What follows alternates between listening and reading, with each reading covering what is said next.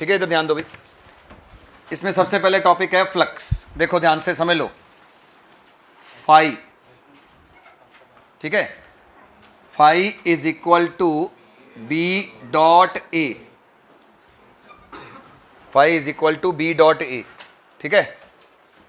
तो बी क्या है यहाँ पे, मैग्नेटिक फील्ड, ए, ठीक है। तो सबसे पहले अगर मैं इसकी बात करूं तो इसको ओपन करके लिखते हैं, तो लिखेंगे बी ए, और ये जो थीटा है ना, ये याद रखना angle between normal and magnetic field के बीच एंगल होता है, ठीक है।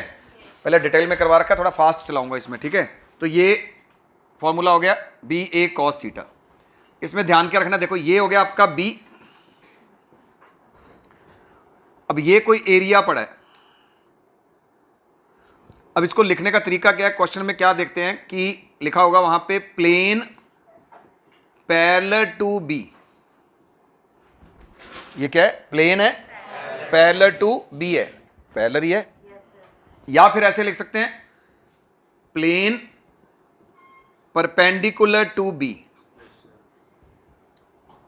मतलब ये सिचुएशन होगी, ये प्लेन है और ये बी इसके परपेंडिकुलर। अब दोनों केसेस में आपने क्या करना होता है, नॉर्मल ड्रॉ करना है। एंगल देखने के लिए आपको नॉर्मल ड्रॉ करना होगा। तो यहां पे हमने क्या ड्रॉ कर दिया, नॉर्मल, और इसके ऊपर भी क्या ड्रॉ कर दिया, नॉर्मल। तो फ्लक्स होता क्या है कि कितनी लाइंस पास कर रही हैं, कितनी लाइंस पास कर रही हैं। तो इसमें जो थीटा आ गया इस केस में 90 आएगा, जहां पे पैरेलल है वहां पे 90 आएगा, देखो, और यहां पे परपेंडिकुलर है तो वहां पे 0 आएगा। आपने ध्यान यह रखना है कि उसके ऊपर नॉर्मल ड्रॉ करना है। समझ आई पहली बात। अब इसके आपको कल का काम है, जो आपके 60 क्वेश्चन है इसमें बुकलेट में, ये करके आना है, और इसमें से आपके 2 क्वेश्चन ऐसे सॉल्व हो जाएंगे इसी टॉपिक से यहाँ तक, ठीक है। ये 2 क्वेश्चन है इसमें दे रखे हैं।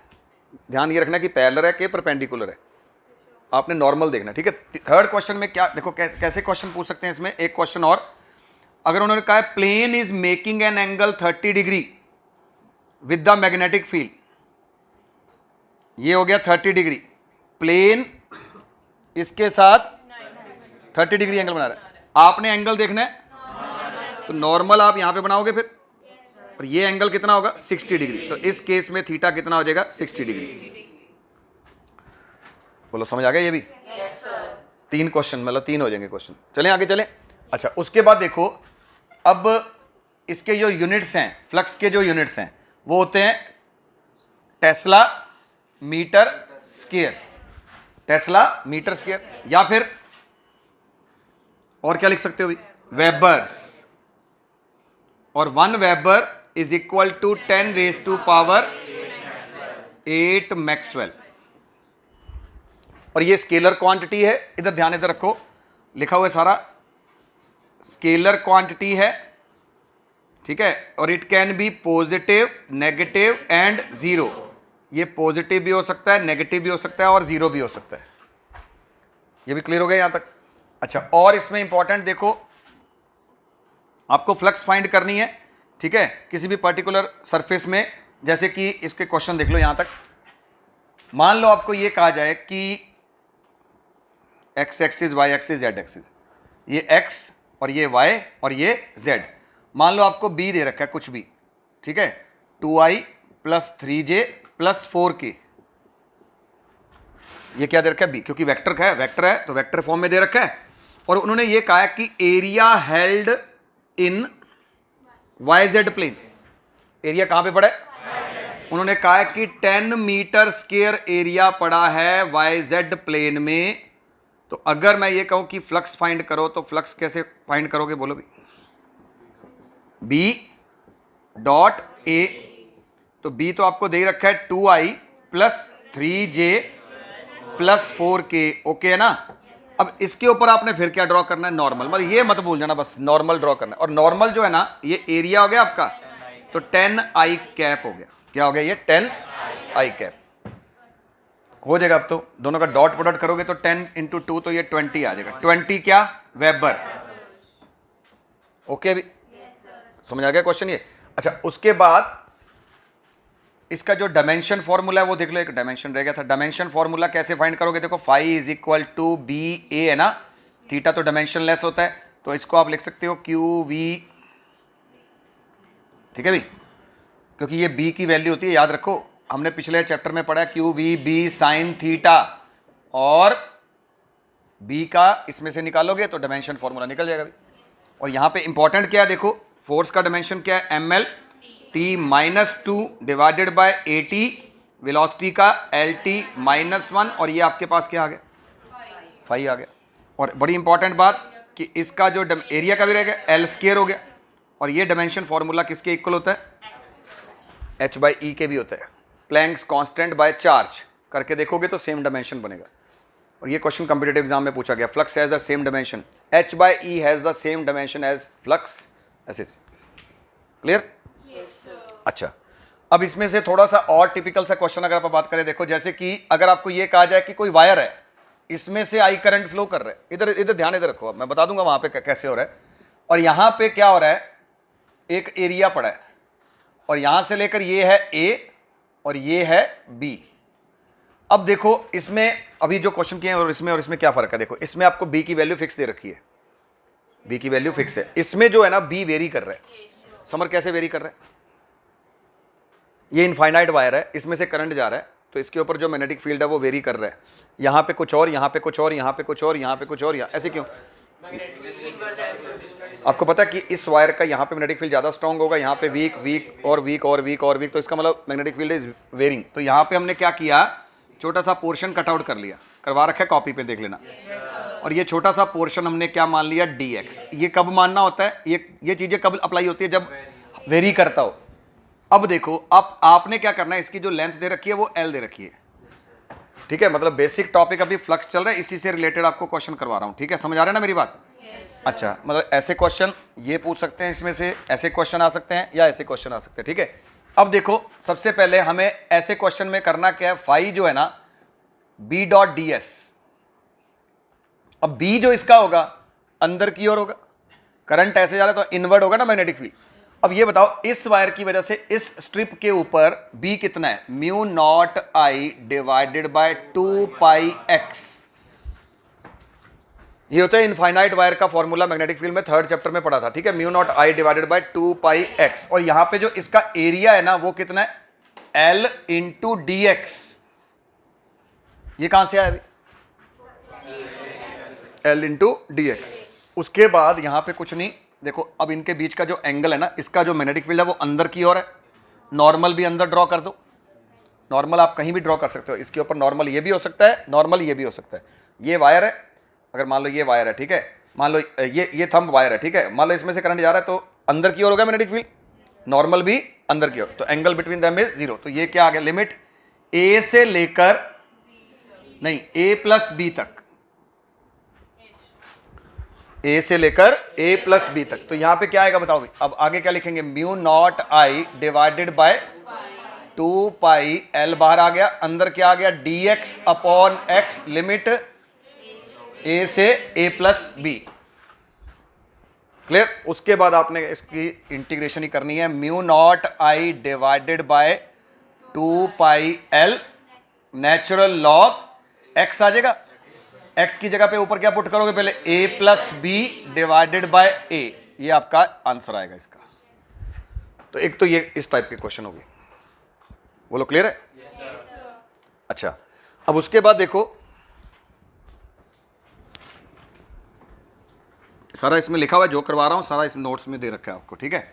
अब उसके बाद इसमें क्वेश्चन देखो क्या है, उन्होंने कहा है कि स्ट्रेट एजेस हैं, क्या है, स्ट्रेट एजेस, ठीक है। ये आपको मिलेगा क्वेश्चन नंबर,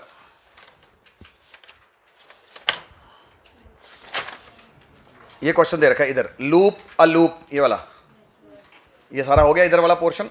अब यहां पे आ रहे हैं, देखो वो कह रहे हैं कि स्ट्रेट एज दे रखी है, 6 एजेस दे रखी हैं, A 0 0 0, B L 0 0, C L L 0, D 0 L 0, E 0 L L and F, ये पॉइंट है। और मैग्नेटिक फील्ड आपको दे रखा है, B is equal to B naught I plus k Tesla and you have to calculate flux through this. ये कैसे होगा? पहले तो एक्स वाई जेड, आप देखो ऐसा कभी भी क्वेश्चन आ जाए कोऑर्डिनेट्स में तो सबसे पहले एक्स वाई जेड ड्रॉ कर लो, बस ध्यान से देखना आप। ये क्या हो गया एक्स, ये हो गया वाई और ये हो गया आपका जेड, सही है। अब पहला पॉइंट कहां पे है? ए पॉइंट यहां पे है। अरे समझ भी, वायर वायर साइड पे जाओ, तू आप ही हिल जाए इधर से, ठीक है। तो ये हो गया ए 0 0 0। अब बी कहां पे बताना? यहां से एल चला गया मैं एक्स तक, वाई और जेड दोनों जीरो हैं, तो मतलब यहां पे हो गया बी पॉइंट, ये एल हो गया। थर्ड पॉइंट कहां पे है? सी, एल एल 0, मतलब कहां पे होगा? एक्स वाई में होगा, जेड 0 होगा, मतलब यहां से ये पॉइंट आप मान लो सी, सही है भी। अच्छा, उसके बाद कौन सा पॉइंट है? 0 एल, तो ये पॉइंट आ गया, देखो ये पॉइंट हो गया डी आपका। अब इधर एक्स 0 है, वाई और जेड में है, ये वाई जेड है, तो इसका मतलब ये पॉइंट आ गया, सही है। अच्छा, और बस ये वाला ए हो गया आपका, ई भी बना दिया मैंने, एफ भी बना दिया। एफ में सिर्फ जेड आ रहा है, देख लो इसमें कौन सा आएगा बताना, उधर मत देखो, इसमें वाई आएगा अकेला, इसमें सारा 0, तो ये आपके पास एरिया बन गया, ये सब एल है। अब सबसे पहले आपने इस पोर्शन के ऊपर आपने नॉर्मल ड्रॉ करना है, तो नॉर्मल आएगा बाहर की ओर, तो area vector is equal to L square के कैप, नॉर्मल इसका बाहर की ओर होगा, तो इसके ऊपर नॉर्मल ड्रॉ करोगे तो इस साइड पे होगा प्लस, ओके भी, तो ये आपका आ गया एल स्क्वायर आई प्लस के, ओके भी। अब ये आपके पास ए है, ये आपके पास बी है, तो फिर क्या करोगे? Phi is equal to B dot A, तो एल स्क्वायर आई प्लस के,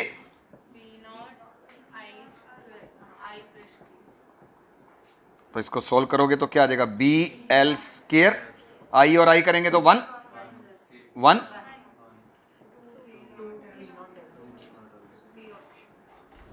समझ आ गया ना? थोड़ा सा ध्यान से करने वाला क्वेश्चन है बाकियों के कंपैरेटिवली, ये पहले नहीं किया हुआ था, ठीक है, लेक्चर में नहीं किया हुआ, बाकी सारा लेक्चर में कर रखा है टोटली जितना अभी तक करवाया, ये थोड़ा एक्स्ट्रा क्वेश्चन था। समझ आ गया कैसे करना भी? तो ये हो गया फ्लक्स का, तो यहां तक क्लियर है बिल्कुल। चलो, तो ऐसा ही एक और क्वेश्चन है,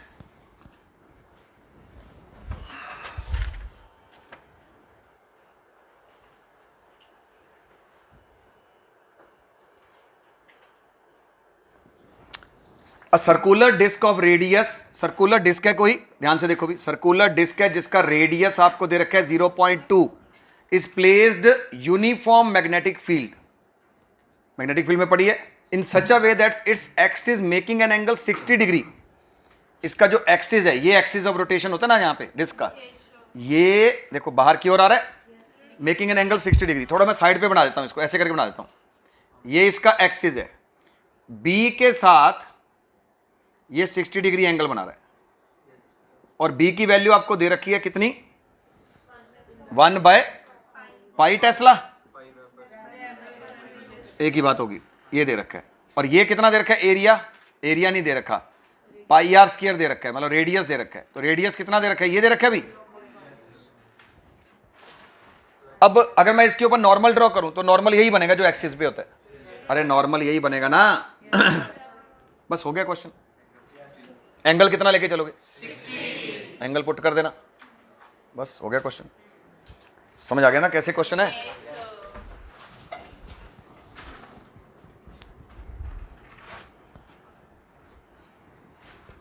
तो ये था फ्लक्स।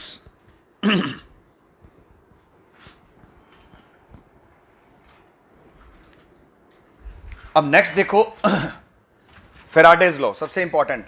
तो फेराडेज लॉ में क्या है? Faraday's and length.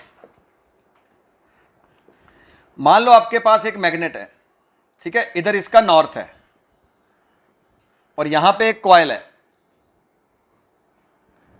अभी यहां से मैंने तोड़ रखी कॉइल।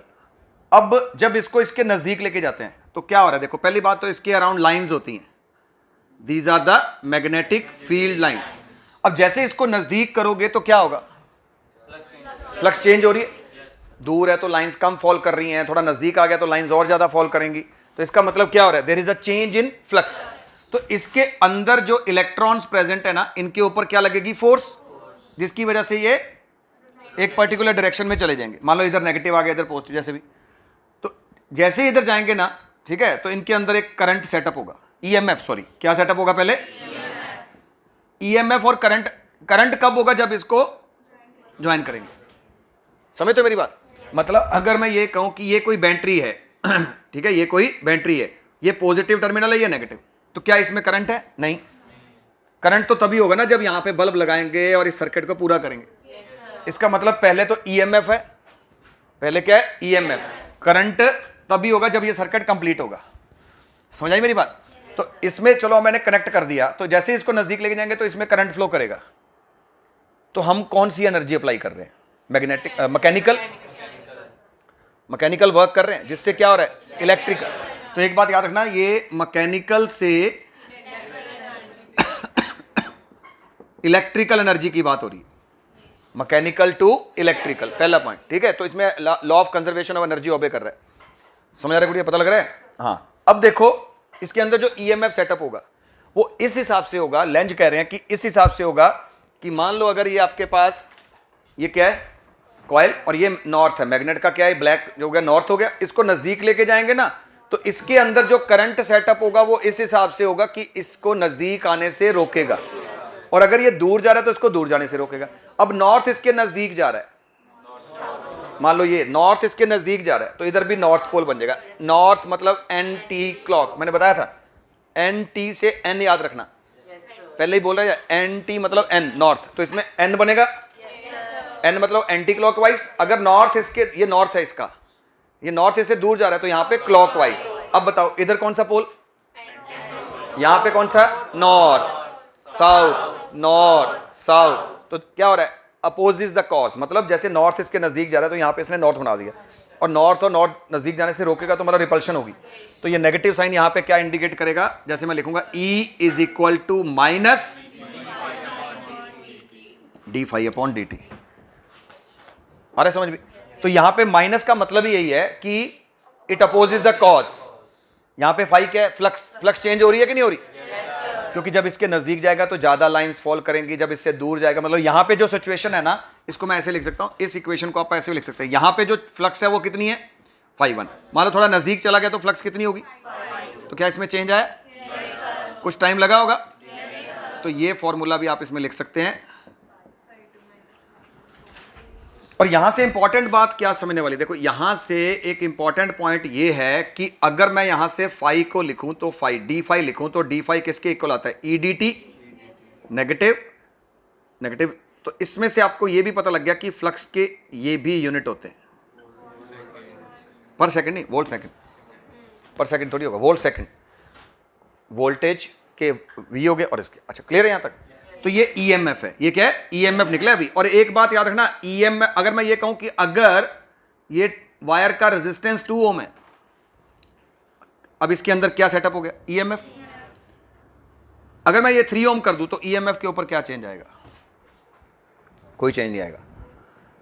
ईएमएफ के ऊपर कोई भी चेंज नहीं आएगा, करंट के ऊपर आता है, रेजिस्टेंस की वजह से करंट के ऊपर चेंज आता है। और आपकी बुकलेट का सेकंड क्वेश्चन, फर्स्ट क्वेश्चन यही है, बुकलेट में फर्स्ट क्वेश्चन यही है कि what will be the effect on EMF when resistance changes, या कुछ ऐसा क्वेश्चन है, ठीक है। अभी रेजिस्टेंस को चेंज करें तो ईएमएफ के ऊपर कोई भी। अब अगर मैं ये कहूं कि इसके अंदर वोल्टेज सेटअप होगी, करंट कब होगा, देखो करंट कब आता है, जब E/R करेंगे, सही है अभी।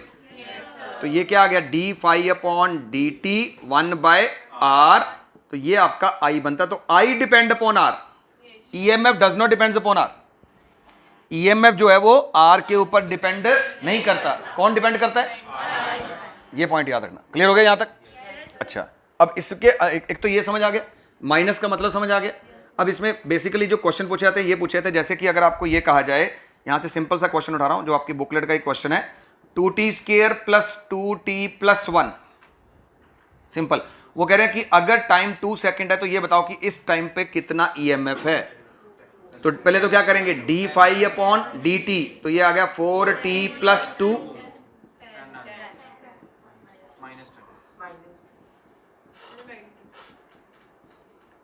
आंसर कितना आ गया, -10। अगर ऑब्जेक्टिव में माइनस है तो माइनस लिखना पड़ेगा आपको। अगर मैग्नीट्यूड पूछा जाए तो फिर मैग्नीट्यूड लिख दो। बोलो समझ आ गया यहां तक, ये टाइप समझ आ गया। अब क्वेश्चन में देखो इंपॉर्टेंट क्या है, तो ये तो आपको समझ आ गया कि फ्लक्स का क्या है, लेंज लॉ क्या कह रहे हैं, और mechanical energy to electrical energy में कन्वर्ट हो रहे हैं। ठीक है, अब आगे का टॉपिक थोड़ा ध्यान से समझना है। देखो सीधा सीधा मैं इसी मेथड से कराऊंगा जिससे आपको समझ आएगा कि कैसे कैसे क्वेश्चन इसमें पूछा जा सकता है। तो ये चीज आप याद रखो, ठीक है। पहला पॉइंट ये समझ आ रहा है। अब इसमें आप देखो कि क्या चेंज हो रहा है, फ्लक्स टाइम के अकॉर्डिंग फ्लक्स जो है वो चेंज हो रही है, टाइम के अकॉर्डिंग फ्लक्स चेंज हो रही है। तो फ्लक्स में ऐसा क्या है जो चेंज होगा, पहली बात फ्लक्स के अंदर, फ्लक्स का फॉर्मूला देखो ध्यान से, तो ये किसके इक्वल है, बी। अब इसके बेस पे सारे क्वेश्चन मैं सारा कुछ चेंज करूंगा, पहले थीटा चेंज करूंगा, फिर ए चेंज करूंगा, फिर बी, तीनों में किसी में भी चेंज कर लो तो there is a change in flux and hence EMF setup. तीनों में किसी में भी चेंज करोगे फ्लक्स। अब सबसे पहले मैं थीटा चेंज कर रहा हूं, देखो थीटा कैसे चेंज होता है, याद रखो एसी जनरेटर में। थीटा किस में चेंज होगा, एसी जनरेटर में। अब एसी जनरेटर का हल्का सा मैं मॉडल यहां पे बना देता हूं, यहां पे नॉर्थ और ये हो गया आपका साउथ। अब मान लो यहां पे कोई कॉइल पड़ी है, वो इस हिसाब से पड़ी है कॉइल, सही है भी, मतलब ये कॉइल मैग्नेटिक फील्ड, अच्छा बोल के वर्डिंग बताओ कैसे होगी, plane of the coil is parallel to, plane is parallel to, इसका मतलब यहां पे आ गया नॉर्मल। तो ये मैग्नेटिक फील्ड है इस सिचुएशन में। मान लो इसको ऐसे रोटेट करूंगा तो there is a change in theta, theta change होगा तो थीटा चेंज होगा तो मतलब फ्लक्स चेंज होगी, फ्लक्स चेंज होगी तो ईएमएफ सेटअप होगा। तो देखो क्या आएगा, सबसे पहले इसमें थीटा कैसे चेंज हो रहा है, इसको मैं रोटेट कर रहा हूं, ठीक है। तो आपको ये पता है omega is equal to theta by t, omega is equal to theta by t. और थीटा को क्या लिख सकते हो आप, ओमेगा टी।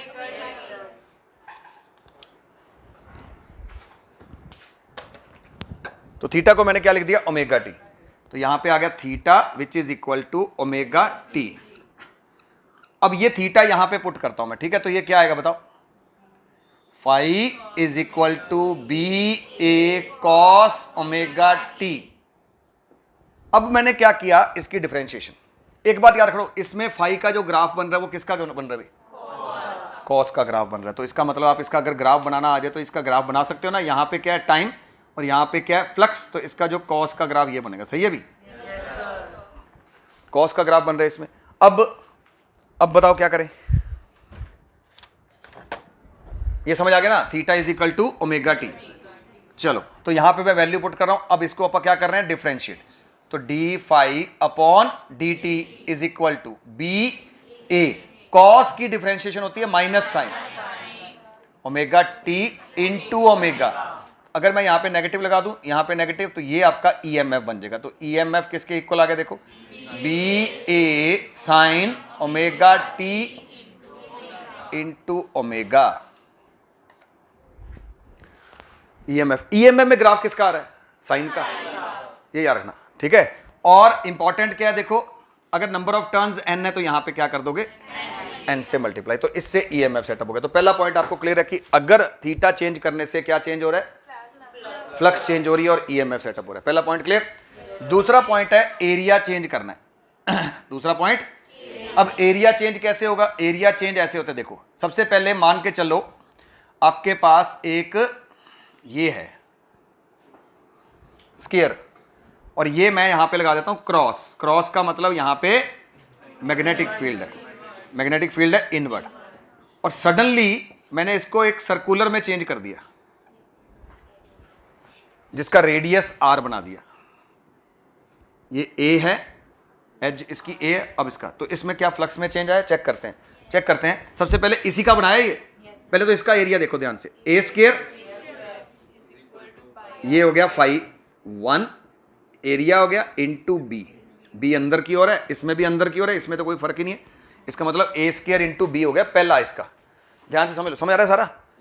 अब दूसरे का निकालो, क्या एरिया क्या निकलेगा, उसका निकलेगा पाई आर स्क्वायर। तो पाई आर स्क्वायर उसका एरिया हो गया, ठीक ठीक है, अब जो A है उसको हम R की फॉर्म में लिख देते हैं, या R को A की फॉर्म में लिख देते हैं ना, तो अपन R को A की फॉर्म में लिखता हूं। हाँ जी, चेंज आएगा बेटा, देख तो सही, अभी पता लग जाएगा तेरे को। फाई इज इक्वल टू, ये फाई 1 है और ये फाई 2, बताओ भी इसका एरिया क्या आएगा, पाई आर स्क्वायर, और बी कितना हो गया, बी का बी हो गया। अब मुझे ये बताओ ये कितना है, 4a, 4a को ही मैंने 2 पाई आर बनाया है, तो इसका मतलब यहां से मैं अगर r निकाल लूं तो ये आएगा आपका 2a डिवाइडेड बाय पाई, तो यहां पे क्या लिख दूं, पाई, यहां पे r की वैल्यू पुट कर दी, ठीक है, तो यहां पे कितना आ गया बोलो, 4a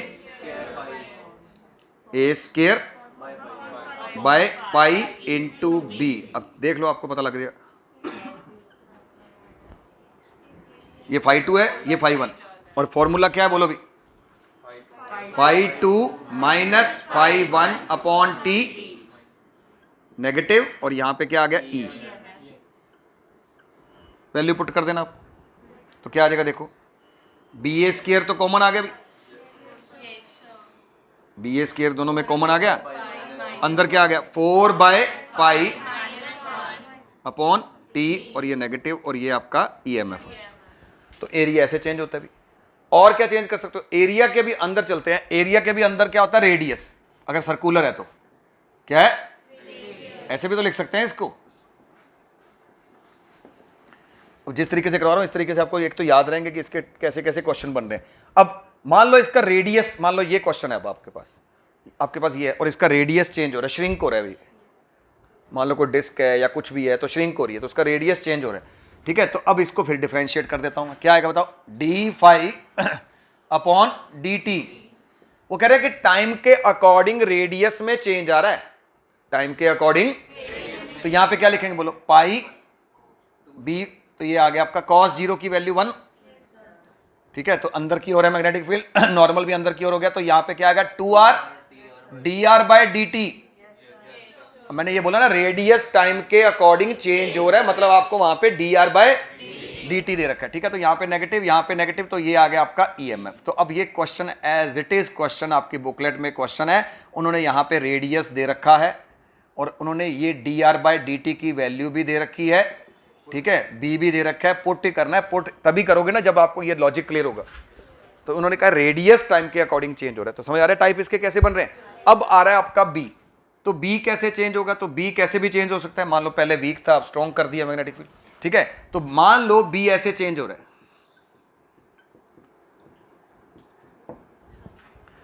मान लो बी ऐसे चेंज हो रहा है, बी भी साइन के अकॉर्डिंग चेंज हो रहा है। अब फिर वही phi is equal to B A, theta मान लो 0 है, नॉर्मल अंदर की ओर है, मैग्नेटिक फील्ड भी अंदर की ओर है, तो यहां पे क्या आ गया बोलो भी, बी इंटू ए, तो ये आ गया बी नॉट इंटू ए, तो यहां पे क्या लिखोगे, d phi upon d t, B not A cos omega T into omega, negative negative, तो ये आपका ईएमएफ आ जाएगा। बोलो भी कोई डाउट है तो यहां तक बताओ, समझ आ रहे क्वेश्चन के टाइप समझ आ रहे हैं, पक्का।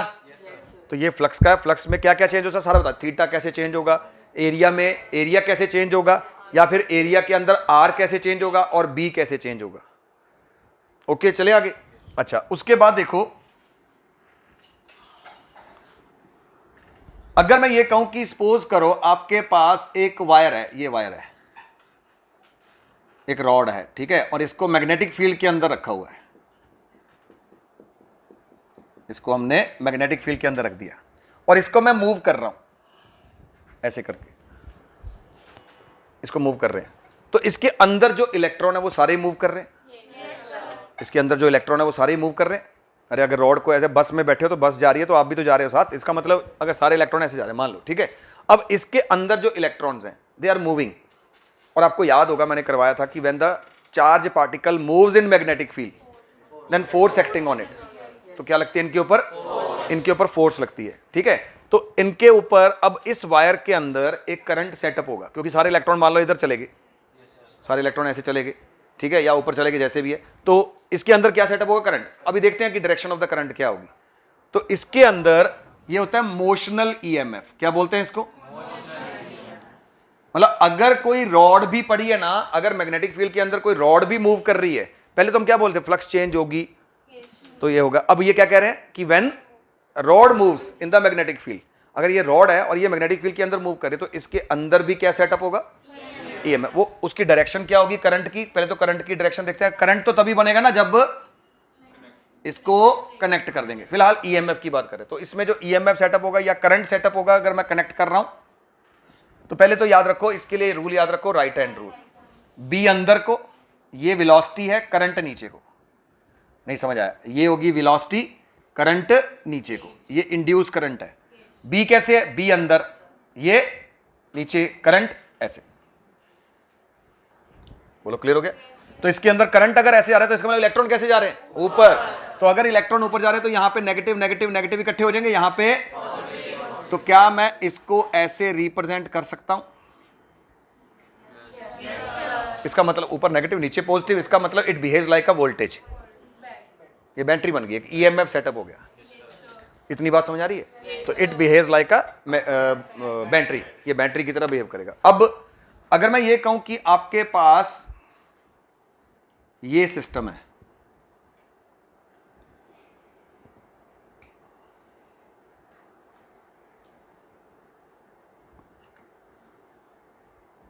अब ये सारा सिस्टम ऐसे मूव कर रहा है और मैग्नेटिक फील्ड अंदर को है, मतलब देयर आर 4 वायर्स, या फिर एक फ्रेम कह सकते हो आप, वायर को फ्रेम भी कह सकते हो, इसको फ्रेम बोल सकते हैं। अब बताओ भी, हर एक में बताओ 1 2 3 4, तो ये कैसे करेगा बताओ, हर एक के अंदर डायरेक्शन बताओ। पहले तो बी अंदर को, यहां से पता लग रहा है बी अंदर को है, वेलोसिटी इधर को, करंट नीचे को, इसका मतलब इसमें करंट नीचे की ओर बन रहा है, नीचे की ओर करंट बन रहा है, मतलब ऊपर इलेक्ट्रॉन कैसे जा रहे हैं, ऊपर। तो इसका मतलब यहाँ पे ऊपर नेगेटिव नीचे पॉजिटिव, बोलो यहाँ पे इसको बना दिया ऐसे करके। अब इसकी बात करें तो इसमें बी अंदर को है, बी अंदर को, ये इलेक्ट्रॉन ऐसे, तो ऐसे तो मूव करते नहीं है, ऐसे मूव करेंगे तो करंट होगा। अब तो इसमें ये बन रहा है, इसका मतलब इसमें करंट सेटअप नहीं होगा। यहां पे सिर्फ खाली वायर बना दूं, यहां पे इसमें भी ऐसे ही होगा, तो ये बन गया। और नेट ईएमएफ 0 आ गया। 0 क्यों, ये बिल्कुल वही सेम कंसेप्ट हो गया। अगर आप रिमोट के अंदर 2 सेल उल्टे डाल देते हो, ऐसे डाल देते ना कभी, इसका प्लस इसके प्लस के साथ कनेक्ट कर दो, चलेगा नहीं, तो इसका मतलब ईएमएफ 0 हो गया। समझ आई मेरी बात। अच्छा, अब अगर मैं ये कहूं कि मान लो आपके पास ये सिस्टम है,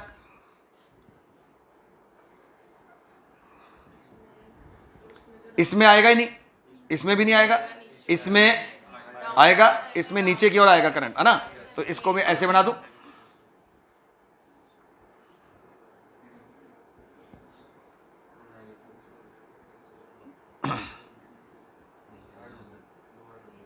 मान लो इसका ईएमएफ ई है, इसका भी ई है, इसका भी ई है, इसका भी ई है। अरे समझ आ रहा है ना। अरे ये तो पहले ही बना दिए थे, देखो ये सिस्टम तो पहले ही बना दिया, अब ऊपर भी है नीचे भी है। तो अब इसमें क्या होगा, नेट ईएमएफ कितना होगा, 3E। ये पैरेलल में हो गया ना अब। अरे ये तो कनेक्टेड सीरीज में ही थे, इसमें कोई पैरेलल का कनेक्शन थोड़ा, इसमें से करंट मान लो इधर से आया तो 2 पार्ट में डिवाइड होगा, इसमें जो इसमें से जाएगा वो इसमें से जाएगा, तो दीज आर इन सीरीज। अब इसका मतलब ये सीरीज पैरेलल में ईएमएफ सेम होता है, तो इन दोनों का नेट कितना आ गया, इनका ई आ गया, ई, तो 3E हो गया। ओके, समझ आ गया ये भी। तो ये मोशनल ईएमएफ की स्टोरी है। ये मोशनल ईएमएफ मतलब करंट इसमें कैसे सेटअप होगा, ठीक है, और ईएमएफ कैसे सेटअप होगा। अब उसके बाद देखो,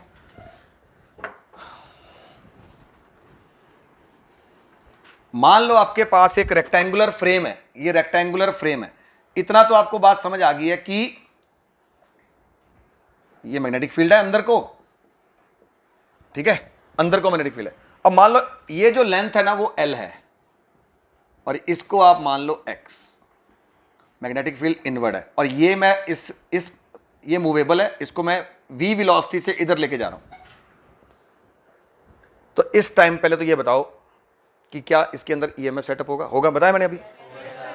ये कनेक्ट कर देना, अगर इसके अंदर करंट सेटअप होगा तो वो सबके अंदर जाएगा करंट। अब बताओ इसमें डायरेक्शन ऑफ द करंट क्या होगी, डाउनवर्ड। कैसे, बी अंदर को, तो इसमें करंट ऐसे चलेगा, और करंट ऐसे चलेगा, तो ये क्लॉकवाइज और एंटी क्लॉकवाइज, क्लॉकवाइज है, ये क्लॉकवाइज है। मान लो ये रॉड यहां से लेकर यहां तक आ गई, समझना इस टॉपिक को ध्यान से। ये रॉड यहां से यहां पे आ गई। पहले तो ये बताओ जहां पे पहले थी वहां पे फ्लक्स कितनी थी? जहां पहले थी रॉड वहां पे फ्लक्स कितनी थी बताओ? Phi is equal to B A cos 0। अरे नॉर्मल इसके अंदर अंदर की ओर ड्रॉ कर देना, बी भी अंदर की ओर हो गया, तो ये क्या आ गया आपका? बी ए आ गया। अब बी तो बी है, एरिया जो है वो एल इंटू एक्स है। यहां से पहले वहां पे थी ना, तो ये लेंथ इंटू ब्रेड्थ एरिया हो गया इसका, और ये आपको फाई आ गया। ठीक है, तो phi is equal to B L X. अब इसको मैं क्या, मुझे चाहिए क्या? ईएमएफ, तो d phi upon d t, तो ये क्या आ गया? B L X D X upon, अब डी के एक्स के साथ ही डी क्यों लगाया? क्योंकि वही चेंज हो रहा है, बाकी तो चेंज ही नहीं हो रहा, एक्स ही तो चेंज हो रहा है। तो यहां पे क्या आएगा देखो, माइनस माइनस, तो ये बन गया आपका ईएमएफ, तो ये आ गया माइनस एल, और ये वी आ गया B L V. V is the velocity, B is the, मान लो एक क्वेश्चन ऐसा पूछा जाता है कि एक जेट प्लेन है, ठीक है, मान लो कोई जेट प्लेन है, इसके जो विंग्स हैं इनका आपको लेंथ दे रखी है, मान लो 20 मीटर या 20 सेंटीमीटर, जो भी लेंथ दे रखी है, और ये मूव कर रहा है अर्थ के ऊपर से। तो ये पहली बात तो मेटेलिक है, उन्होंने बोला होगा अभी जो ब्लेड्स हैं वो मेटेलिक हैं, तो इसके मैग्नेटिक फील्ड की वजह से इसके ऊपर फोर्स तो लगेगी, या फिर इसकी वजह से इसके अंदर करंट भी सेटअप होगा। अरे क्वेश्चन समझ आ रहा है? तो इसमें एक क्वेश्चन दे रखा है, बिल्कुल ऊपर ऊपर बना रखा है जेट प्लेन, तो इसकी स्पीड आपको दे रखी है 1600, और ये इस हिसाब से है कि इसका जो एंगल ऑफ डिप है ना, एंगल ऑफ डिप इसका, इसके साथ जो एंगल ऑफ डिप है, इसके साथ इसका हॉरिजॉन्टल कंपोनेंट के साथ एंगल ऑफ डिप जो है वो कितना दे रखा है? 30 दे रखा है।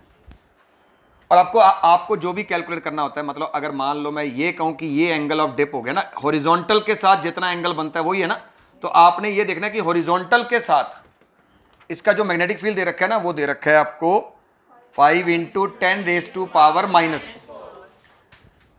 बात समझ आ रही होगी भी।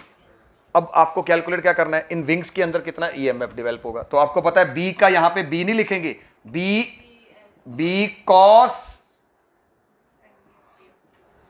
क्योंकि हमें कौन सा कंपोनेंट देखना होता है हमेशा? हॉरिजॉन्टल। कौन सा कंपोनेंट देखना है? हॉरिजॉन्टल, अर्थ के हॉरिजॉन्टल कंपोनेंट के साथ। तो बी एल कितना है इसका, जितना भी दे रखा है, वेलोसिटी इसकी दे रखी है आपको, तो ये आपका ईएमएफ सेटअप होगा इन द विंग्स। आगे समझ भी? तो यहां पे आपने याद रखना है कि हॉरिजॉन्टल कंपोनेंट लेके चलना है अर्थ का। ओके है? वो तो जो भी है चेंज कर देना यार, वो छोटी मोटी बातें हैं वो तो कर ही लोगे आप, चेंज करना है तो कर लेना। क्लियर हो गया? यहां तक समझ आ गया भी? अच्छा, यहां तक कोई डाउट है तो बताओ भी। मतलब आपको वहां पे 60 क्वेश्चन है, 60 में से जितना टॉपिक आज हो गया ना, उसके यहाँ पे आप बड़े आराम से 25 क्वेश्चन बड़े आराम से आप पढ़ोगे तो आपको आता होगा क्वेश्चन। ठीक है, मैंने उसी हिसाब से बनाया है। ये भी पिछले साल भी बनाया था, ये पिछले साल का ये है, ये पिछले साल का बनाया था, इसमें न्यूमेरिकल नहीं थे, फिर इस साल का बनाया न्यूमेरिकल है सारे, ये न्यूमेरिकल इसमें सारे आ जाएंगे, कवर हो जाएगा, मतलब वो बुकलेट आपकी कंप्लीट हो जाएगी। अब इसमें एक और इंपॉर्टेंट देखो, मान लो ये रॉड है, अब इतना तो समझ आ गया कि जो रॉड मूव करेगी मैग्नेटिक फील्ड के अंदर, ठीक है, ये रॉड मैग्नेटिक फील्ड के अंदर मूव कर रही है, तो इसके अंदर ईएमएफ तो सेटअप हो गई। मान लो इसने इतना एरिया कवर कर लिया, इतना एंगल कवर कर लिया, ये ऐसे मूव कर रही है, ओमेगा इसकी एंगुलर वेलोसिटी दे रखी है, और इसके यहाँ पे 2 क्वेश्चन है फिर, तो आपको ये बताना कि इनकी रॉड के एंड के ऊपर ईएमएफ कितना जनरेट होगा। पहली बात आपको पता कि अगर ये रॉड पूरी तरह घूम जाए ऐसे करके, तो ये कितना एंगल इसने कवर कर लिया? 2π। अगर इसने 2π एंगल कवर कर लिया तो कितना एरिया कवर हो जाएगा? πl²। l is the length of the rod, इतना कवर हो जाएगा। अब बताओ क्या इसके अंदर ईएमएफ तो सेटअप होगा? ये तो समझ आ ही गया, क्योंकि मैग्नेटिक फील्ड मोशनल ईएमएफ, इसमें मोशनल ईएमएफ। तो अब बताओ 1 है तो कितना होगा? और अगर इसने थीटा एंगल कवर किया तो यहां पे क्या आ गया? थीटा। समझ आ गया यहां तक? अब उसके बाद ये आ गया आपका एरिया, मैग्नेटिक फील्ड आपको दे रखा है, तो फाई किसके इक्वल होता है? b × πl² डिवाइडेड बाय 2π, इसको कैंसिल ही कर दूं, इंटू थीटा लिख दूं। हमें ईएमएफ फाइंड करना है। तो फाइनली ईएमएफ कैसे फाइंड होता है? E is equal to minus d phi upon d t. तो ये क्या आ गया? 1/2। कौन चेंज हो रहा है इसमें? एल भी नहीं चेंज हो रहा, बी भी नहीं चेंज हो रहा, थीटा चेंज हो रहा है टाइम के अकॉर्डिंग। और D theta by D T जो होता है वो ओमेगा होता है।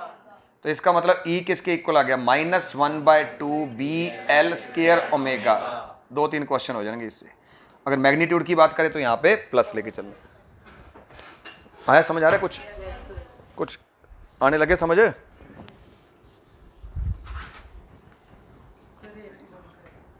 हाँ कर देते हैं।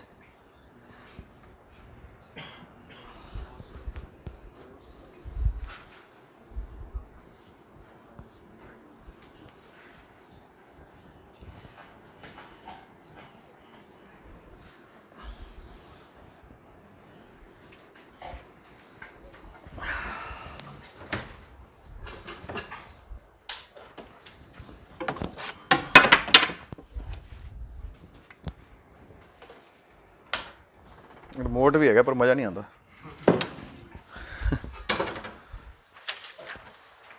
चलो जी, अब देखो, अभी मैं टॉपिक करवाया, थोड़ा पेंडिंग रह गया था अभी। मान लो ये रेक्टेंगुलर है और मैंने बताया कि ये मैग्नेटिक फील्ड में पड़ा है और ये वी वेलोसिटी से ऐसे मूव कर रहा है, तो ये इसके ऊपर क्या लगेगी? इसके अंदर क्या चलेगा? करंट। ये मैग्नेटिक फील्ड के अंदर रेक्टेंगुलर कॉइल पड़ी है, तो अभी इसके बारे में बताया, इसमें करंट चलता है। तो डायरेक्शन ऑफ द करंट क्या है? इसके अंदर जो ईएमएफ सेटअप हुआ था, अभी बताया था मैंने, BLV, यही करवाया अभी। अब आप पता क्या समझो कि इसमें करंट चल रहा है। चलो ठीक है, ये समझ आ गया, इसमें करंट आ गया। अब इस वायर को, सिर्फ इस करंट कैरिंग वायर को मैं बना रहा हूं नीचे ऐसे करके। अब भूल जाओ ऊपर वाला टॉपिक पहले। मान लो अब आपके पास क्या है? कोई करंट कैरिंग वायर है और जो कि V वेलोसिटी से ऐसे जा रही है। और आपको याद होगा, पहले हमने थर्ड में पढ़ा कि फोर्स ILB वही हो गया ना, करंट कैरिंग वायर। ये रही करंट कैरिंग वायर, B अंदर को है, एंगल बिटवीन देम इज 90। तो ये तो हो गया F is equal to ILB। ये फॉर्मूला आपने पढ़ा हुआ है। ये फॉर्मूला तब था कि जब current carrying wire magnetic field में पड़ी है तो उसके ऊपर लगती है फोर्स। तो करंट तो हमने बना लिया, मैंने अलग इसलिए बनाया ताकि आपको समझ आए। करंट कैरिंग वायर है आपके पास, करंट कैरिंग वायर है और मैग्नेटिक फील्ड के अंदर मूव कर रही है, तो इसके ऊपर फोर्स लगेगी। फोर्स के लिए आप यूज करोगे लेफ्ट हैंड। फोर्स कैसे लग रही है बताओ? इस साइड पे। अब आप खुद सोचो कि ये फोर्स ऐसे लग रही है, हम इसको कैसे लेके जाना चाह रहे हैं? हम इसको ऐसे लेके जा रहे हैं। जैसे ही इसको इधर लेके गए, साथ के साथ इसमें करंट आ गया। करंट आ गया तो इसके ऊपर फोर्स लगनी शुरू होगी। वो फोर्स लग रही है बाहर की ओर। रिपीट करूं दोबारा के समझ आ गया? पहले हम ऐसे V वेलोसिटी से मूव कर रहे थे, जैसे ही इसको इधर मूव किया, इसके अंदर करंट आ गया और जैसे ही करंट आया, इसके ऊपर फोर्स कैसे लग रही है? बाहर की ओर। अब इसको अंदर की ओर। तो दिक्कत क्या आ रही है? इसको अंदर लेके जाने के लिए हमें पावर लगानी पड़ेगी। बात समझ आ रही है? क्या लगानी पड़ेगी? पावर। मुझे ये बताओ, इसके अंदर जो करंट आया, इसके अंदर जो करंट है, तो इसके ऊपर पावर का फॉर्मूला क्या होगा? पहले तो ये formula F is equal to ILB। ये क्लियर हो गया यहां तक? अब हमें क्या करना पड़ेगा? पावर लगानी पड़ेगी। तो पावर का जो फॉर्मूला होता है वो क्या होता है? Power is equal to force into velocity भी होता है। अगर नहीं पता तो बताओ। पता सबको ये फॉर्मूला कैसे है? ठीक है, बताइए कैसे आया फॉर्मूला?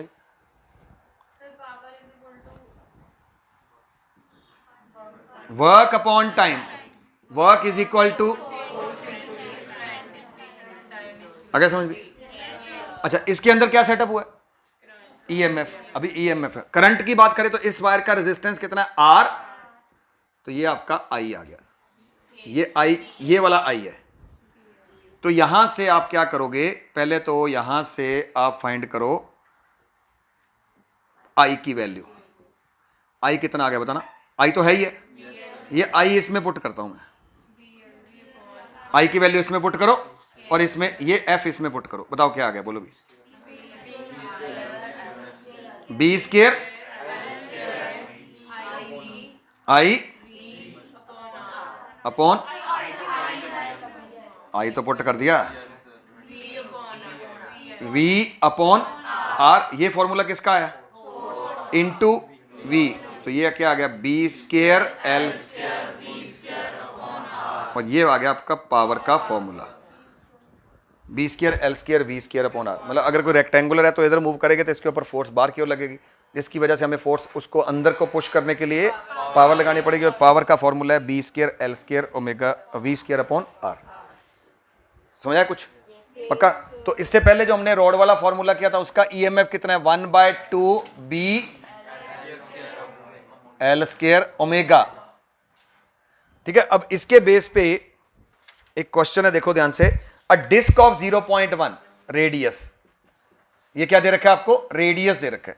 ठीक है, ये रोटेट कर रही है। क्या कर रही है? Rotate with the angular frequency 10 revolution per second. Question repeat कर रहा हूं।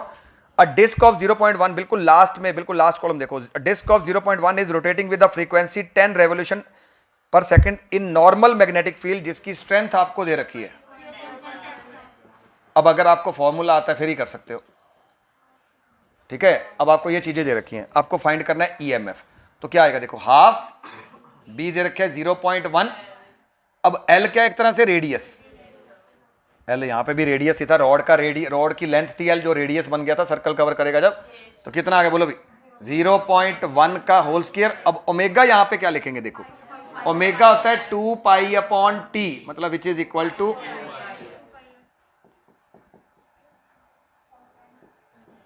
आगे समझ भी? अगर फॉर्मूला आता है फिर ही सॉल्व कर सकते हो, पहले फॉर्मूला आना चाहिए। बोलो क्लियर?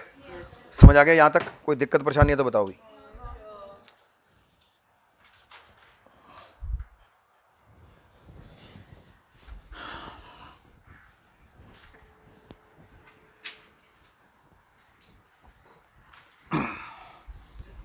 अब ध्यान से देखो, कुछ क्वेश्चन ध्यान से देखो। मान लो अगर मैं ये कहूं कि ये कोई वायर है, इसमें से आई करंट जा रहा है। ठीक है, मान लो यहां पे लिखा है 2 एम्पीयर करंट जा रहा है आई, और इसके अंदर आपको मैग्नेटिक फील्ड बताना है कि डायरेक्शन क्या होगी। What is the current, sorry induce current की डायरेक्शन क्या होगी, इसके ऊपर इंड्यूस करंट की डायरेक्शन क्या होगी। पहली बात तो ये बताओ कि इस वायर का कोई ना कोई मैग्नेटिक फील्ड होगा। ये इनफाइनाइट वायर है तो इसका मैग्नेटिक फील्ड किसके इक्वल होता है? म्यू नॉट आई, कोई भी डिस्टेंस एक्स। तो यहां पे आई क्या है? 2 बी। क्या आई में चेंज आ रहा है? तो क्या बी में चेंज आएगा? और फ्लक्स में चेंज आएगा? ना तो इसमें चेंज आ रहा है, ना इसमें चेंज आ रहा है, ना इसमें चेंज आ रहा है। तो फ्लक्स में चेंज नहीं आएगा, तो इसके अंदर ईएमएफ भी सेटअप नहीं होगा जब तक यहां पे या तो ये नहीं लिखते या डिक्रीजिंग नहीं लिखते। अब बताओ, I change, B change, phi change, E is equal to minus d phi upon d t. There is a change in flux, then EMF setup. तो अब आपको ये बताना है कि इसके अंदर what is the direction of current. इसकी वजह से यहां पे मैग्नेटिक फील्ड क्या है? ऊपर बनी ना रिंग, यहां पे आउटवर्ड बार की ओर है, बी है बार की ओर, बी बार की ओर बढ़ रहा है क्योंकि आई बढ़ रहा है, बी बढ़ रहा है। कैसे बार की ओर? मतलब आपने रोकना है, जो मेरी फिंगर्स आ रही है बार की ओर, आपने रोकना है। तो आप कैसे रोकोगे इसको बढ़ने से? मतलब जो काम मैग्नेट ये कर रहा है ना, उसको अपोज करना है। तो ये बार की ओर आ रही है फिंगर्स, आप इसको रोकोगे, आप क्या करोगे? अंदर की ओर।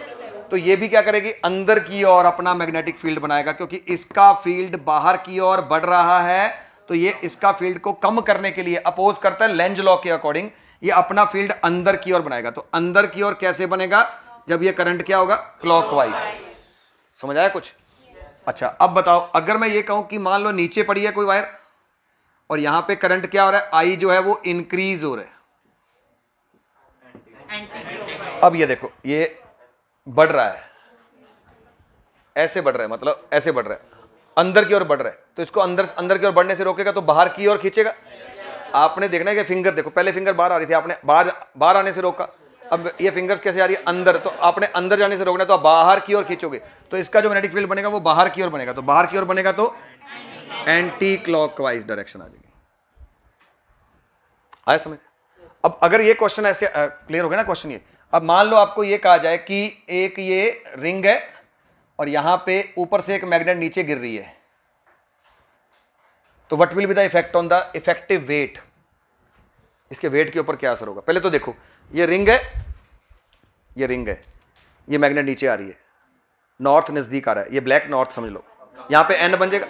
तो इसको नजदीक अपोज करेगा। तो इसका मतलब अब यह नीचे आएगा ना, तो इसको ऊपर की ओर अपोजिशन लगेगी एक। इसका वेट कैसे है, mg, ऊपर की ओर मान लो F फोर्स लग रही है, तो इसका जो वेट है वो क्या आ जाएगा, mg में से कुछ माइनस होगा तो ये इफेक्टिव वेट आ गया। अब मान लो इसमें से क्रॉस कर गया, मान लो हैवी मैग्नेट है तो क्रॉस करेगी, क्रॉस कर गई, अब साउथ इससे दूर जा रहा है तो नीचे क्या बनेगा, नॉर्थ। अरे जो मतलब इस कॉइल का साउथ इससे दूर जा रहा है तो इसको दूर जाने से रोकेगा तो नीचे क्या बनेगा, तो फिर इसको ऊपर की ओर खींचेगी अट्रैक्शन की वजह से। अब बताओ यहां पे इसका वेट क्या हो गया, mg। अब इसको अट्रैक्शन ऊपर से हो रही है क्योंकि यहां पे क्या है इसका, अब समझ आएगा। अब बताओ इसका वेट क्या होगा, mg।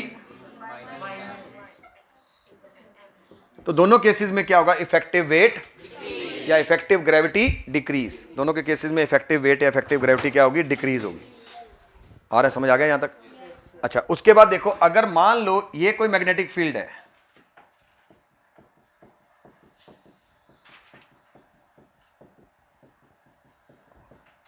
और इसके अंदर कोई रेक्टेंगुलर कॉइल अंदर एंटर कर रही है, बताओ फिर what is the direction of the current, upward तो क्या होगा इसमें, करंट तो करंट की तो बात ही नहीं कर रहा मैं, तो ये इंड्यूस करंट की डायरेक्शन की बात कर रहे हो। हाँ बताओ। अब देखो पहली बात तो ये समझो कि ये ऐसे जा रही है, मैग्नेटिक फील्ड बढ़ रहा है, इस कॉइल के ऊपर मैग्नेटिक फील्ड बढ़ रहा है। कैसे बढ़ रहा है, अंदर की ओर बढ़ रहा है, तो इसका मतलब क्या करोगे, बाहर की ओर खींचोगे, मतलब इसका मतलब एंटी क्लॉकवाइज होगा। नहीं समझ आया, कोई दिक्कत है तो बताओ इसमें, क्लियर है। वैसे भी देखो, अगर मान लो ये बी कैसे जा रहा है अंदर की ओर, सॉरी बी कैसे जा रहा है अंदर की ओर, करंट वैसे भी ऐसे बन रहा है, डायरेक्शन तो कर ही चुके हैं हम। ये क्या है, वेलोसिटी, तो करंट ऐसे जाएगा। आगे समझ आ गया क्वेश्चन ये सारे, ठीक है।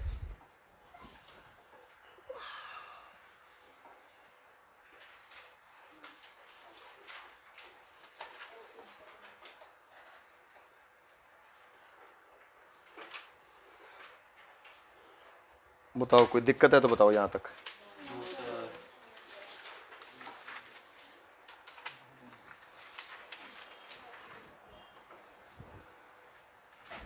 नेक्स्ट देखो, इधर ध्यान दो भी, अपनी कॉपी दिखाना, एक मिनट पॉज करना, एक मिनट इसको पॉज कर दे बेटा।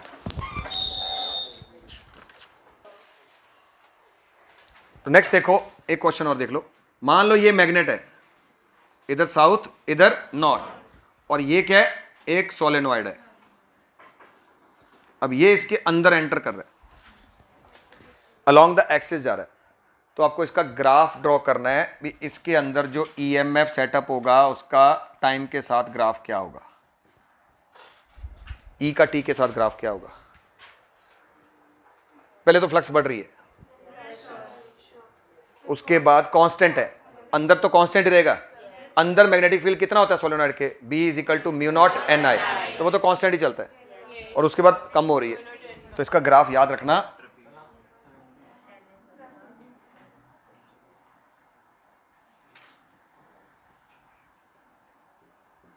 वो तो कांस्टेंटली हो रहा है ना, ये बनेगा। देखो ये नेगेटिव में क्यों आ गया, फ्लक्स बढ़ रही है, अगर फ्लक्स पॉजिटिव में तो ईएमएफ नेगेटिव, फिर यहां पे कोई चेंज। आपको ऐसा क्वेश्चन एक पहले भी करवाया था, अगर वो ऐसा था, याद करो, याद करो, याद आ रहा है, ये बढ़ गया फिर बढ़ गया, इसमें देखो क्या ग्राफ बनता है, इसमें ये ग्राफ बनता है। ऐसा क्यों, क्योंकि यहां पे और इसमें फर्क क्या है, यहां पे जो फील्ड है ना, यहां पे फील्ड वीक होता है, इसमें तो फील्ड एक जैसा था ना, कॉन्स्टेंटली चेंज हो रहा था। इसमें याद रखना, इसमें तो आप देखोगे यूनिफॉर्म है, तो बिल्कुल एंटर भी ऐसे करेगा। इसमें पहले क्या है, यहाँ पे फील्ड वीक, फिर स्ट्रॉन्ग और स्ट्रॉन्ग और स्ट्रॉन्ग और स्ट्रॉन्ग, है ना, उसी हिसाब से ये ग्राफ बनता है, याद रखना। कोई दिक्कत है तो यहाँ बताओ।